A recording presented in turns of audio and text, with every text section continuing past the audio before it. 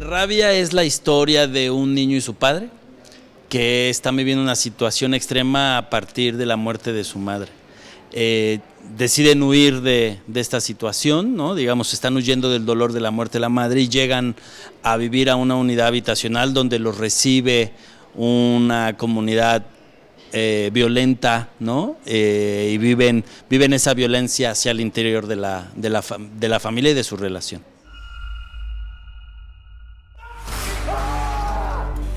Lo que me gusta de los hombres lobo es este monstruo animal que no es consciente de su monstruosidad, digamos, ¿no? Que no la usa ni a favor ni en contra, es simplemente un monstruo, ¿no? Que es un poco la idea de las familias en descomposición, ¿no? Era como mi acercamiento. Por eso, cuando empecé a escribir el guión, decidí que el monstruo que íbamos a visitar ahora en esta historia familiar era la de los hombres lobos, que es básicamente una historia animal. Si necesitas que cuide a Alan, con toda confianza, de verdad. Yo no quería hablar de mi paternidad, yo quería hablar de mi padre, ¿no? De cómo veo yo la relación con mi padre, de cómo crecí con mi padre. Y la mirada de infantil, digamos, es primordial, pues, ¿no? Es la única manera en que creo que podemos descifrar el mundo de otra manera. Entonces, trabajar con un niño, apostar que el niño esté con nosotros, acompañándolo, dejándolo ser, ¿no? Le dimos toda la libertad de que anduviera en el set y que si quería ver una escena o que si quería correr en los campers, dejarlo.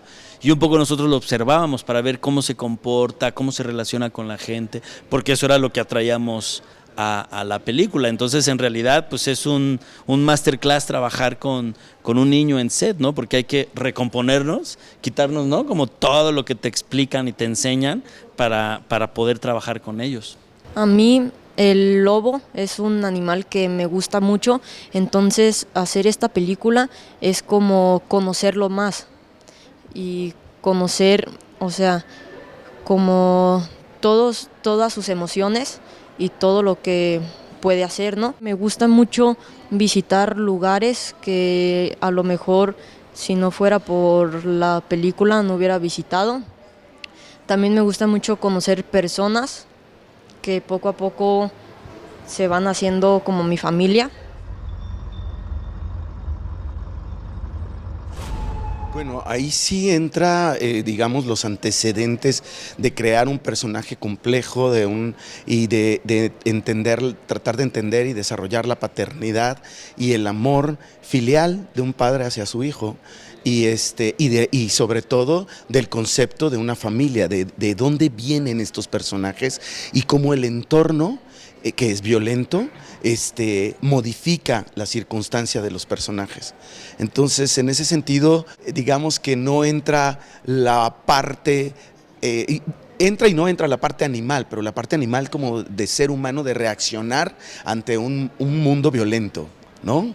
Entonces, digamos que pareciera que es como paralelo, pero sí es como muy realista toda la aproximación a esta historia. ¿Qué hizo mi tío? Como que estamos cada vez más atemorizados socialmente, ¿no? Como que hay una violencia ya tan exacerbada, como vivimos un contexto de violencia ya muy, muy fuerte.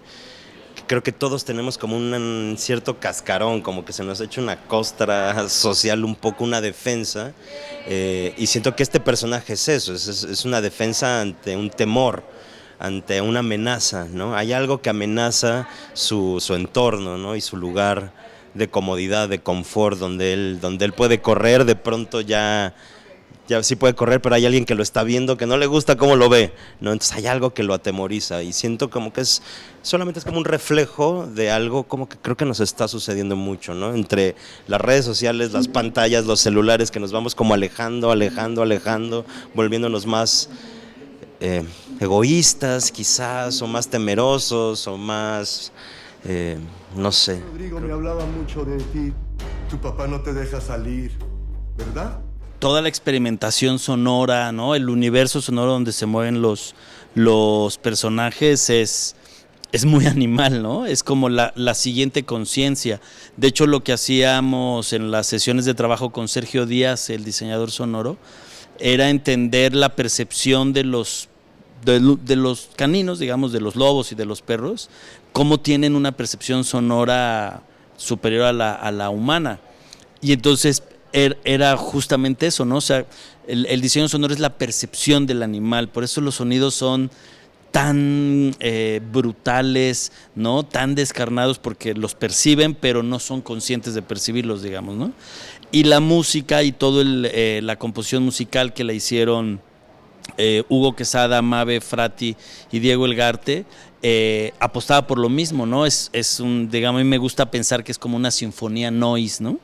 Pero era eso, era como esta emoción descarnada de rabia, ¿no? De frustración, de miedo, sintetizada en ruidos, y cómo va acompañando a los personajes durante toda la película. De hecho, hay un tema, que es el tema que va variando durante la película y se va descomponiendo, y va acompañando al personaje en esa descomposición.